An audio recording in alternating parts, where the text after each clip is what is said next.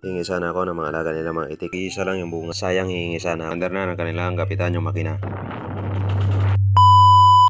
What's up guys? And for today's video, ngayong araw nga pala ay araw ng Biyernes at medyo masama yung panahon natin ngayon. Kaya medyo hindi kami nakalapar sa labas. Pero inutusan ako ni tatay na magpunta sa gitna ng palay namin dahil nagpanin na sila doon at kasalukuyang tinitracer yung mga palay. Kasama ko nga pala yung anak ko at isang kamag-anak ko rin dito sa amin. At tignan nyo naman yung daanan namin ay sobrang maputik talaga dahil araw-araw na lang ay palaging umuulan dito sa amin. No choice nga kami kundi dumaan lang dito. Iwan ko lang kung makakaya nyo dumaan dito palagi kung andito kayo sa amin. Basta ganitong palagi umulan dito sa amin, ay asahan mong ganito palagi yung maapakan mo. Kung hindi putik, ay dumi ng kalabaw at baka. Di joke lang. Dumaan niya pala kami dito sa maliit na bukid or bukid-bukid yung tawagin dito sa. At makikita nyo dyan sa gilid ay marami silang mga alagang itik. Pagkatapos ay ito na naman yung dadaanan ko papunta sa gitna ng palay namin. Parang pwede nang tamna ng palay ulit. At kitang-kita nyo naman sa mga paa ko. Mukhang nag-aararo na ako. Pero okay lang, enjoy naman. Sumama nga pala yung aso ng anak ko. At ang pangalan niyan ay si